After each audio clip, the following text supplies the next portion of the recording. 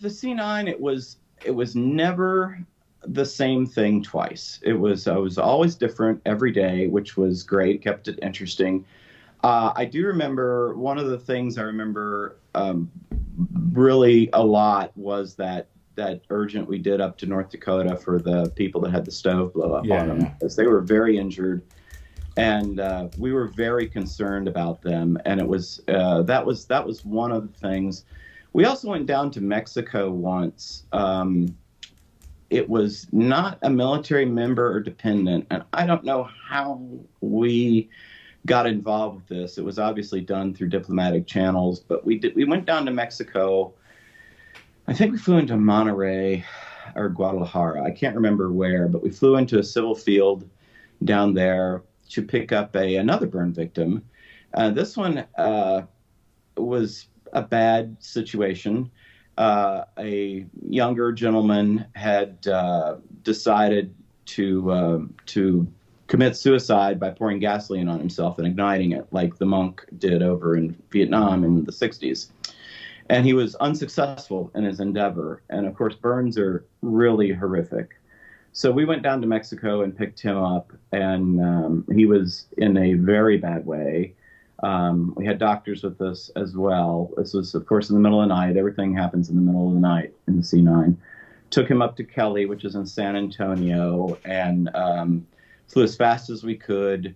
There were really no customs things to deal with. They got all that pre-cleared up, so that was great. Took him just as fast as we could, and we just felt horrible about the situation.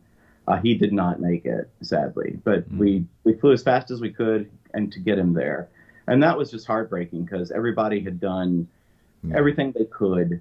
But when the doctor comes up and says, yeah, you can slow down now, it's just a terrible feeling. So I remember that.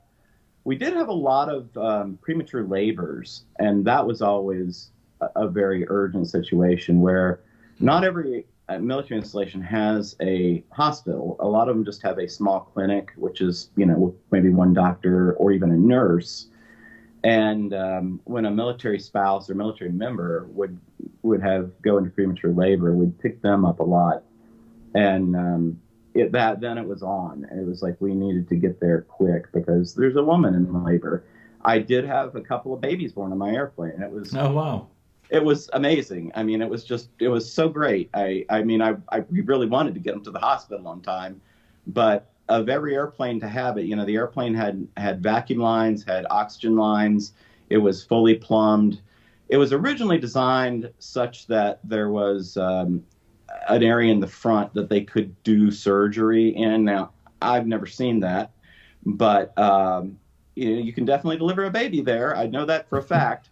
So, that was always great. I'm grateful that the two times that happened to me, the babies were early but perfectly healthy. They made it, got the mom and the baby to the hospital. It was wonderful. That's the reason I wanted to go to the C9. It's like a lot of real operational flying, and it was just great to help these people out. And I know they'll never forget it.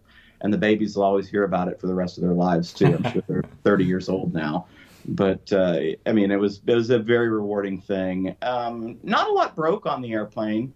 I never really had any problems on the C9 mechanically.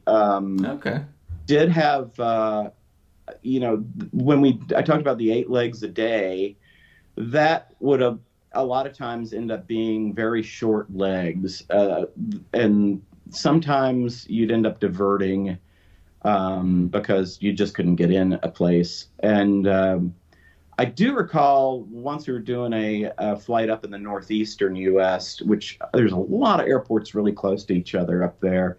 And we had quite a bit of fuel on board when we started. We went into Charleston, West Virginia, and we did an approach, couldn't see it, went around, tried it again, couldn't see it, so we diverted to our next airport, which I want to say was Allentown, Pennsylvania. I'm not positive of that. I can't even remember. Went there, which is not that far away. Weather was bad. Did an approach, couldn't get in. We did one more approach. I won't hang around for more than 2. Couldn't get in, and then diverted to Andrews, which is up there by Washington D.C. And by now, fuel is a problem. It's the winter. It's snowing like crazy.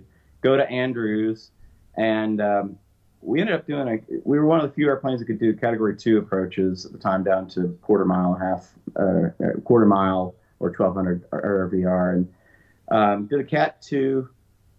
Barely saw the runway, landed, stopped, and put the brakes on the airplane, and it just kept sliding. And I was glad that Andrews has like 11,000 feet of runway, because we turned off at the very end.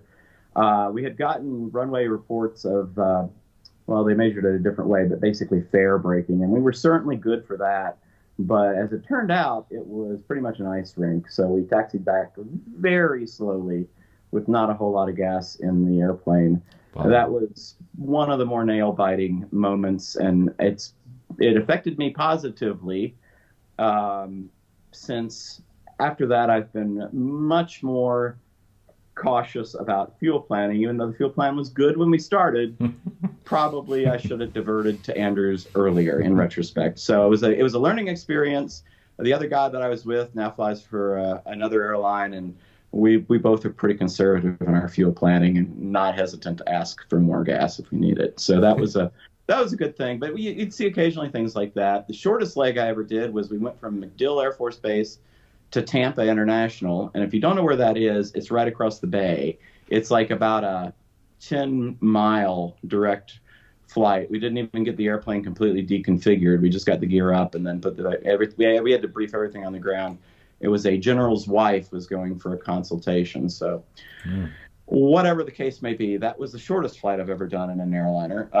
But yeah, people familiar with the Tampa area will think that's a ridiculous flight, and it was actually. But yeah, we had a great time. It was awesome.